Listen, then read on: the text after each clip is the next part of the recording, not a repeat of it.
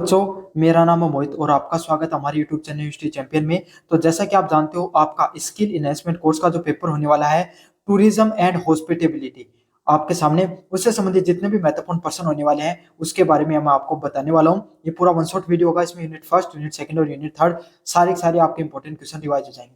बस आपको क्या करना है, वीडियो को लाइक कर देना है, चैनल को सब्सक्राइब कर देना है। ये वाली पीडीएफ आपको हमारे टेलीग्राम चैनल पे मिल जाएगी। टेलीग्राम चैनल का लिंक डिस्क्रिप्शन में दे रहा हूँ। जैसे आप डिस्क्रिप्शन में आओगे, यहाँ पर आपके सामने टूरिज्म एंड हॉस्पिटेबिलिटी फोर्थ सेमेस्टर के नाम से पीडीएफ देखने को मिल जाएगी। यहाँ से जाकर आप इसको डाउनलोड करके पढ़ लेना। साथ के साथ आपको अन्य वीडियो है, वो अन्य सॉल्यूशन वाले वीडियो, उसका जो प्लेलिस्ट का लिंक दे दूंगा डिस्क्रिप्शन में, वहां से जाकर वो भी देख लेना। चलो शुरू करते हैं अपन पहले नंबर प्रश्न से। पर्यटन की परिभाषा है, उसके घटकों के बारे में बताइए। पर्यटन की परिभाषा क्या होती है, उसके महत्वपूर्ण घटक क्या होते हैं, उसके बारे में अपन विस्तार से पढ़ेंगे। पहला प्रश्न आपके सामने, पर्यटन वह क्रिया है जिससे व्यक्ति अपने निवास स्थान से बाहर मनोरंजन, शिक्षा, व्यापार या अन्य धार्मिक उद्देश्य से यात्रा करता है। मतलब आपने क्या कहा, भाई आपको पता चला कि हमारे पास में एक मेला लगता है, आप उस मेले में चले गए। आपने क्या किया, भाई वहां पर जाओगे आप, क्या तो मनोरंजन करने जाओगे, धार्मिक दर्शन करने जाओगे। समझ में आ गया। कुछ लोग वहां पर किसके लिए आते हैं, खिलौने वगैरह बेचने के लिए आते हैं, व्यापार के लिए आते हैं। समझ में आ गया। तो इन्हीं सब चीजों के लिए, कुछ उद्देश्य के लिए आप, कोई व्यक्ति है, अपने निवास स्थान, आप अपने गांव से दूसरे गांव में गए, किस किस उद्देश्य से जा सकते हो। आप मनोरंजन के दृष्टिकोण से जा सकते हो, भाई कि काफी दिन हो गए, बोर हो गए जिंदगी में, तो थोड़ा बहुत इंजॉयमेंट के लिए बाहर चले जाते हैं। काफी लोग शिक्षा के लिए जाते हैं। शिक्षा के लिए मतलब काफी लोगों को लगता है कि भाई अपन जीवन में कुछ सीखने के लिए हमें बाहर दर्शन करना चाहिए, या अलग अलग जगह जाकर देखनी चाहिए, पूरी दुनिया को घूमकर देखना चाहिए, जिससे पूरी दुनिया के बारे में पता चल सके। तो शिक्षा के दृष्टिकोण से भी काफी लोग दूसरे जगह जाते हैं चीजों को सीखने के लिए। व्यापार के लिए अधिकतर लोग आपके समय एक जगह से दूसरी जगह किस लिए जाते हैं, व्यापार करने के लिए जाते हैं, या फिर धार्मिक उद्देश्यों के लिए। भाई तीर्थ स्थानों पर जाते हो, अलग अलग प्रकार के धार्मिक मंदिर हो गए, धार्मिक दृष्टिकोण से इंसान अगर यात्रा करता है तो उसको धार्मिक उद्देश्य से यात्रा के नाम से जाना जाता है। या अस्थायी रूप से किसी अन्य स्थान पर निवास करता है। तो इस जो है पूरी प्रक्रिया, इसमें क्या होता है, इंसान एक स्थान से दूसरे स्थान पर जाकर अस्थायी तरीके से क्या करता है, निवास करने का कार्य करता है। पर्यटन के अलग अलग प्रकार के प्रमुख घटक पाए जाते हैं, जिसमें से पहला घटक है पर्यटन। सबसे प्रमुख घटक कौन सा है, पर्यटन। अगला है आपके सामने गंतव्य स्थल, परिवहन, आवास व सेवाएं एवं सुविधाएं। मतलब पर्यटन क्या होता है, भाई वो लोग जो कहीं पर घूमने के लिए जाते हैं, वो क्या होते हैं, आपके सामने पर्यटक होते हैं। समझ में आ गया। भाई कोई भी जगह पर जब लोग घूमने जाएंगे तभी तो वो जगह सफल होगी, तो पर्यटक के नाम से उनको जाना जाता है। गंतव्य स्थल वो स्थल जहां पर पर्यटक है, वो आपके सामने जाकर उस जगह का विचरण करते हैं, उस जगह के आनंद लेते हैं, उसकी खूबसूरती का, उसको किस नाम से जाना जाता है, गंतव्य स्थल के नाम से जाना जाता है। अगला क्या है, कोई भी स्थान, चाहे कितना भी पर्यटक वहां तक जाना चाहते हो, या फिर कितना भी अच्छा स्थल हो, जब तक परिवहन है अच्छा नहीं होगा, भाई उस जगह जाने के लिए आपका एक गांव में एक मेला लगता है, पहाड़ पर, बहुत ऊंची पहाड़ पे, वहां पे सड़क ही नहीं पहुंचने के लिए, तो बहुत कम लोगों का मेला बढ़ता है। लेकिन पास में एक गांव है जहां पर क्या होता है, जो नॉर्मल मंदिर बनाओ और वहां पर मेला पड़ता है, तो सबसे ज्यादा लोग वहां पर पहुंच जाएंगे। क्यों? क्योंकि आसानी से वहां पर परिवहन हो सकता है।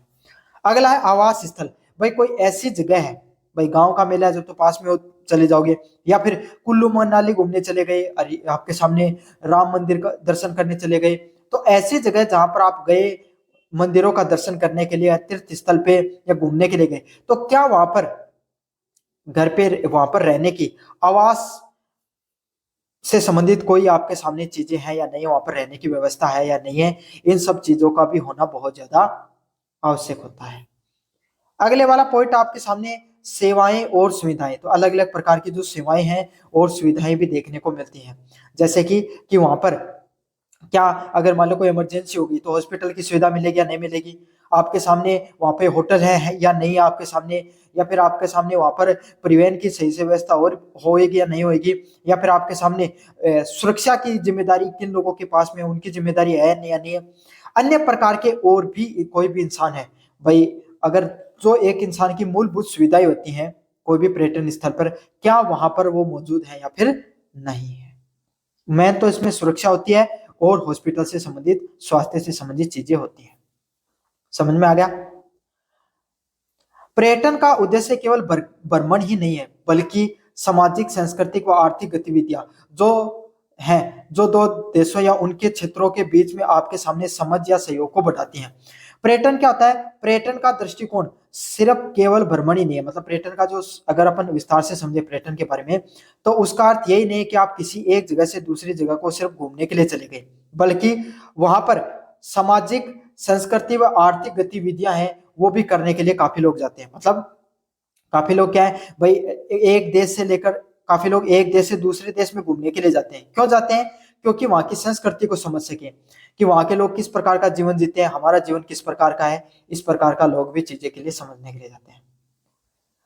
जो लोग मुख्यतः आपके सामने व्यापार से संबंधित गतिविधियां करने के लिए जाते हैं, उसको क्या कहा जाता है? आर्थिक गतिविधियों के लिए भी काफी बार लोग है वो अपने देश से दूसरे देश में क्या जाते हैं, अपना गुजारा करने के लिए या फिर पैसे कमाने के लिए, उसको आर्थिक गतिविधियों के नाम से भी जाना जाता है।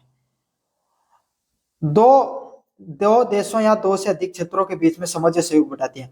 तो सिर्फ पर्यटन का अर्थ यही नहीं है कि लोग आपस में घूमने के लिए चले गए। इससे सामाजिक संस्कृति, भाई अगर कोई विदेश के लोग यहाँ पर आते हैं, यूरोप के लोग, तो उनसे उनका खान पान समझते हो, आप उनकी भाषा समझते हो, वो कैसे रहते हैं उनके बारे में पता चलता है, उनकी संस्कृति के बारे में पता चलता है। और वहां पर घूमने आते हैं, आर्थिक गतिविधियां भी बढ़ती हैं। भाई ठेले वाले हो गए, होटल वाले हो गए, जो भी है, स्वास्थ्य केंद्र हो गए, सबकी गतिविधियों में पैसे की कमाई होती है, या परिवहन से संबंधित कमाई भी देखने को मिलती है। आधुनिक युग की बात करें आपके सामने, वर्तमान समय की, यहाँ पे जो पर्यटन है, पर्यटन उद्योग विश्व की सबसे बड़ी अर्थव्यवस्थाओं में से एक बन चुका है। अगर वर्तमान समय की बात करें आपके सामने, तो पर्यटन का जो उद्योग है वो पूरी दुनिया में जो अलग अलग प्रकार की अर्थव्यवस्था पाई जाती है, उन सभी अर्थव्यवस्थाओं में से सबसे महत्वपूर्ण योगदान है किसका? पर्यटन उद्योग का। यह न केवल आपके सामने विदेशी मुद्रा अर्जित करने का कार्य करता है, बल्कि रोजगार व सांस्कृतिक आदान प्रदान का भी माध्यम है। हम अगर विस्तार से समझें, तो आज के समय दुबई हो गया, है ना, अमेरिका जैसे शहर हैं, स्विट्जरलैंड जैसे शहर हैं, स्वीडन है, ये कुछ ऐसे देश हैं, श्रीलंका है, मालदीव है, ये कुछ ऐसे शहर हैं या ऐसे देश हैं जो पूर्ण रूप से आप पे किस चीज पर निर्भर करते हैं? इस चीज पर निर्भर करते हैं कि उनकी अर्थव्यवस्था ही पर्यटन पे चलती है। जितने ज्यादा लोग वहां पर घूमने आते हैं, उतनी ही ज्यादा वो उनकी अर्थव्यवस्था अच्छी चलती है। यह न केवल विदेशी मुद्रा अर्जित करने का तरीका है, भाई अगर कोई विदेश से लोग घूमने आते हैं, वो अपना पैसा यहाँ पर आकर खर्च करते हैं। समझ में आ गया? तो इससे सिर्फ यही नहीं है कि विदेशी मुद्रा यहाँ पर आती है उस देश में, बल्कि रोजगार व संस्कृति का भी आदान प्रदान होता है। वे लोगों को रोजगार भी मिलता है और संस्कृति का भी आदान प्रदान देखने को मिलता है।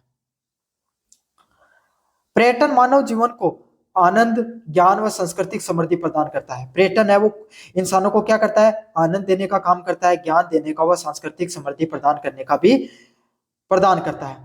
इस प्रकार यह कोई भी व्यक्ति, समाज और राष्ट्र तीनों के विकास में सहायक है।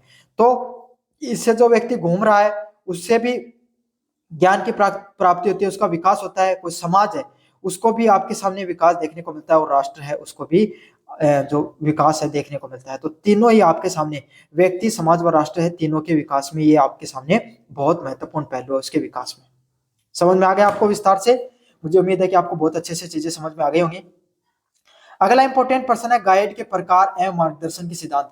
तो गाइड कितने प्रकार के होते हैं, उनके मार्गदर्शन के क्या सिद्धांत होते हैं, उसके बारे में विस्तार से पढ़ेंगे अपन। आज आपको पूरा का पूरा पर्यटन सिखा कर रहेंगे इस विषय में। समझ में आ गया? गाइड वह व्यक्ति होता है जो उदयपुर को ऐतिहासिक, जो पर्यटकों को ऐतिहासिक, सांस्कृतिक, धार्मिक या प्राकृतिक स्थलों की जानकारी प्रदान करता है। मतलब आपने देखा होगा, कोई व्यक्ति घूमने आ रहा है और उसके पास में एक व्यक्ति उसको बताता रहता है ना, वो उसकी भाषा में ट्रांसलेट करके कि भाई ये चीज हमारे यहाँ पर 50वीं सदी में, मतलब बाबर के टाइम पे बनी थी, अकबर के टाइम पे बनी थी, या चंद्रगुप्त मौर्य के द्वारा बनाई गई थी, है ना, ये राणा सांगा के द्वारा बनाई गई थी, या फिर महाराणा प्रताप के द्वारा ये इन चीजों का निर्माण हुआ था, महाराणा कुंभा ने इस दुर्ग का निर्माण किया है। तो इन सब चीजों को कोई व्यक्ति है जो उन पर्यटकों के साथ साथ चलकर जो बताता है, ऐतिहासिक भाई ये चीजें कितनी पुरानी है, यह संस्कृति किस प्रकार की है, तो धार्मिक और प्राकृतिक स्थलों की जानकारी प्रदान करता है। समझ में आ गया ना? क्यों? क्योंकि घूमने आ रहा है उस व्यक्ति को थोड़ी पता उस जगह के बारे में, तो जो उसके साथ चलता है वो उसको बताता रहता है कि भाई इस जगह का क्या महत्व है, क्या ऐतिहासिक इतिहास है इसका, क्या संस्कृति है, क्या धार्मिक व प्राकृतिक स्थल के बारे में विस्तृत रूप से जानकारी देता है। गाइड अलग अलग प्रकार के होते हैं। गाइडों के अगर मुख्य प्रकार देखें तो सबसे पहला प्रकार होता है स्थानीय गाइड, लोकल गाइड। सरकारी मान्यता प्राप्त गाइड, टूर स्कॉट और विशेष गाइड, मतलब तीन आपके सामने कुल देखें तो चार प्रकार के गाइड होते हैं। पहले गाइड होते हैं स्थानीय गाइड, मतलब आप कहीं पर घूमने गए है ना, और वहां पर आपने कोई एक वहीं पर कोई लड़का घूम रहा था या फिर वहीं पर कोई गाइड मिल जाते हैं जो आपके सामने कहते हैं कि भाई मैं आपको बता दूंगा इस जगह के बारे में, आपको मैं पर घंटे का 200 या 300 रुपये चार्ज लूंगा, जो उस स्थल पर मिलते हैं आपके सामने। समझ में आ गया? तो इसको स्थानीय गाइड के नाम से जाना जाता है, लोकल गाइड के नाम से जाना जाता है, जो स्थानीय निवासी बनते हैं, जिनके पास मान्यता वगैरह होती नहीं है, सस्ते में आपको बता देते हैं चीजों को। अगला आता है सरकारी मान्यता प्राप्त गाइड। दूसरे कौन से गाइड होते हैं? जो सरकारी मान्यता को प्राप्त करके गाइड बनते हैं। इनके लिए आपको क्या होता है, ये भाई बड़े बड़े अधिकारी आते हैं कोई यहाँ पर घूमने के लिए, या कोई राजकीय कोई दौरा होता है, उनको गाइड करने का कार्य करते हैं। ये सरकारी मान्यता प्राप्त गाइड होते हैं। इसके लिए बाकायदा सरकारी जॉब होती है इस चीज की। समझ में आ गया? लाइसेंस वगैरह मिलता है।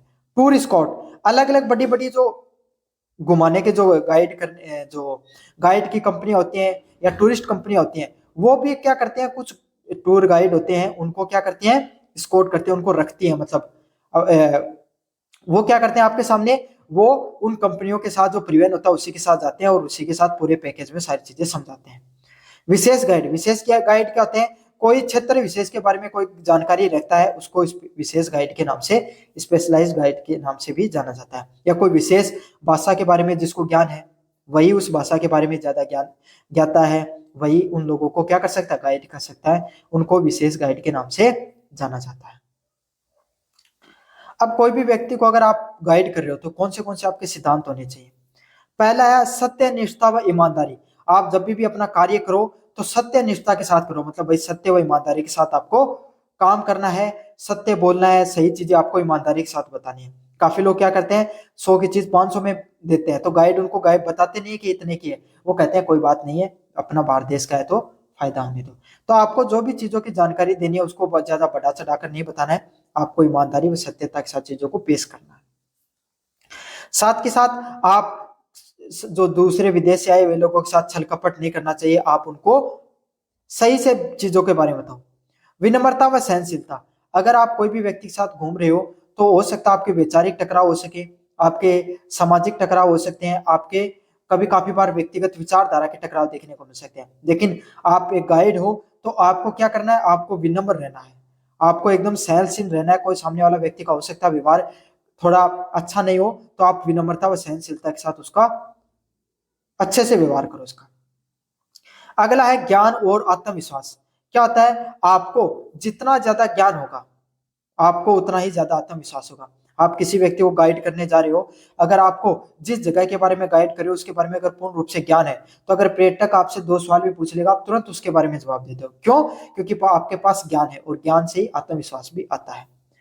अगले वाला है पर्यटक आपके लिए क्या है, एक आपका ना सिर्फ कस्टमर है बल्कि आपका एक दोस्त की तरह आपका व्यवहार होना चाहिए, जिसके प्रति आप उसको रिस्पेक्ट रखो, सम्मान रखो। अगला अनुशासन व सुरक्षा का ध्यान रखना। आपको जो पर्यटक होते हैं उसके साथ आपको गलत तरीके से व्यवहार नहीं करना है, उसके साथ मानसिक व आपके सामने शारीरिक रूप से कोई भी गलत तरीके का व्यवहार नहीं करना, आपको अनुशासन और उनकी सुरक्षा का भी ध्यान रखना है। काफी बार क्या होते हैं, लोकल लोग हैं उनको परेशान करने का प्रयास करते हैं, आपको उसके सुरक्षा का भी ध्यान रखना होता है। आपकी पूर्ण रूप से जिम्मेदारी, वो लोग आपकी पूर्ण रूप से जिम्मेदारी है। एक अच्छा गाइड न केवल जानकारी देता है बल्कि पर्यटक के अनुभवों को भी यादगार बनाता है। अगर कोई आपके सामने एक अच्छा गाइड है, उसका काम सिर्फ यही नहीं है कि वो क्या करेगा, एक अच्छी जानकारी देगा, बल्कि क्या करेगा, एक पर्यटक को इस प्रकार का माहौल बनाकर देगा कि उसको जिंदगी भर वो चीज याद रहे। और जब वो पर्यटक अपने देश में जाए तो वो बताए कि आप भी उस देश में घूमकर आना, वहाँ के लोग बहुत अच्छे हैं, वहाँ के लोग क्या करते हैं, बहुत ही ज्यादा सहनशील हैं, वहाँ के लोग हैं वो उनका व्यवहार बहुत अच्छा है, उनका अनुभव अच्छा होगा, तो उससे आपके सामने और ज्यादा लोग हैं वो आपसे जुड़ाव महसूस करेंगे। वह स्थानीय संस्कृति, भाषा और परंपरा से पर्यटक को जोड़ता है। क्या करता है, स्थानीय संस्कृति, स्थानीय लोगों को अपनी संस्कृति से जोड़ता है, भाषा व परंपरा से पर्यटकों को जोड़ने का प्रयास करता है। गाइड का व्यवहार व प्रस्तुति किसी देश की छवि को प्रभावित करती है। गाइड जितना ज्यादा अच्छा होगा, क्योंकि लोग देश के लोगों को थोड़ी जानते हैं, जो लोग घूमने आ रहे हैं वो तो उस गाइड को जानते हैं। गाइड का व्यवहार अच्छा होगा तो उन्हें लगेगा कि इस देश के सभी लोग अच्छे हैं। वो पूरे देश की छवि उस एक व्यक्ति पर निर्भर करती है। अंततः गाइड पर्यटन के उद्योग का चेहरा होता है। मतलब ये समझ लो, गाइड है वो, जो पर्यटक उद्योग होता है उसका रीढ़ की हड्डी होती है, बैकबोन के रूप में होता है। अगले वाले प्रश्न की तरफ बढ़े अपन। यूनिट नंबर जो फर्स्ट का, पर्यटन और विरासत, हेरिटेज का संबंध। पर्यटन और जो विरासत, उसमें क्या संबंध होता है? विरासत किसी देश की ऐतिहासिक संस्कृति, स्थापत्य कला व प्राकृतिक धरोहर होते हैं। जैसे आपके सामने हमारे यहाँ पर हवा महल है, जंतर मंतर है जयपुर में, उदयपुर की झीलें हैं, पुष्कर झील है आपके सामने, पुष्कर जो जगह है वो हो गई आपके सामने, इधर से कावटी क्षेत्र की हवेलियां हो गई, उदयपुर है जैसी जगह घूमने के लिए, माउंट आबू हो गया आपके सामने, है ना, कीर्ति, अलग अलग प्रकार के जो भी स्थल होते हैं, अपने दुर्ग हैं, बड़े बड़े दुर्ग हैं, वहां पर लोग घूमने के लिए आते हैं। तो राजस्थान में तो काफी लोग घूमने के लिए आते हैं। तो यही यही क्या है, हमारे राजस्थान की विरासत है। जो मैंने नाम लिया, ये सारी चीजें क्या है, विरासत है। विरासत क्या होती है? ऐतिहासिक चीज होती है, पुराने समय में बनी हुई चीजें, जो संस्कृति व स्थापत्य कला का प्राकृतिक चेहरा होती है, जो क्या होती है, उस देश की जो संस्कृति होती है उसके बारे में बताती है, और स्थापत्य कला या प्रकृति का धरोहर होती है। मतलब वहां पर आपके सामने जो प्रकृति होती है उसके एक संरक्षण के रूप में उन सब चीजों को देखा जाता है। पर्यटक इन धरोहरों को देखने, जानने व अनुभव करने आते हैं। और पर्यटक क्या है, अलग अलग प्रकार की जो चीजें होती हैं उन्हें देखने के लिए आते हैं, उन्हें जानने और अनुभव करने के लिए आते हैं, जिससे विरासत पर्यटक, हेरिटेज टूरिज्म का विकास होता है। जिससे क्या देखने को मिलता है आपके सामने, विरासत पर्यटन का आपके सामने विकास होता हुआ दिखाई देता है। विरासत किसी देश की पहचान है। विरासत क्या होती है, कोई भी देश होता है उसकी पहचान के रूप में देखा जाता है। पर्यटन उस पहचान को देखने की जिज्ञासा से प्रेरित होते हैं। मतलब विरासत होती है कोई भी देश की, वहां की विरासत है। जो मैंने बताया, राजस्थान में जो किले हैं, महल हैं, वो हमारी विरासत है। समझ में आ गया? ये हमारी पहचान भी है। और कोई भी पर्यटक, कोई बाहर का व्यक्ति आएगा तो इन्हीं को देखने के लिए आता है, इन्हीं के प्रति उनकी जिज्ञासा रहती है। राजस्थान की बात करें आपके सामने, राजस्थान के किले, मंदिर, लोक संगीत व त्योहार भारतीय विरासत के प्रमुख आकर्षण है। अगर अपन राजस्थान की बात करें तो राजस्थान के जो किले हैं, राजस्थान में जो अलग अलग प्रकार के मंदिर हैं, लोक संगीत है और जो त्योहार है, यही भारतीय जो विरासत है उसके मुख्य आकर्षण का केंद्र है। इन्हीं सब चीजों को देखने के लिए लोग यहाँ पर आते हैं।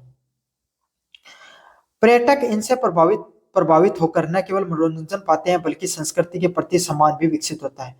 पर्यटन होते हैं वो इन सब लोगों से प्रभावित होकर न सिर्फ मनोरंजन, मतलब उनको ये सब चीजें देखने में ना सिर्फ आनंद आता है, ना सिर्फ उनका मनोरंजन होता है, बल्कि संस्कृति के प्रति, जो भारतीय संस्कृति है या फिर राजस्थान की संस्कृति के प्रति उनको सम्मान भी होता है कि भाई यहाँ के लोगों ने कितना विकास किया। प्राचीन समय में यहाँ के लोगों की सभ्यता वो कितनी ज्यादा विकसित थी, तो उनके प्रति उनका सम्मान भी विकसित होता है।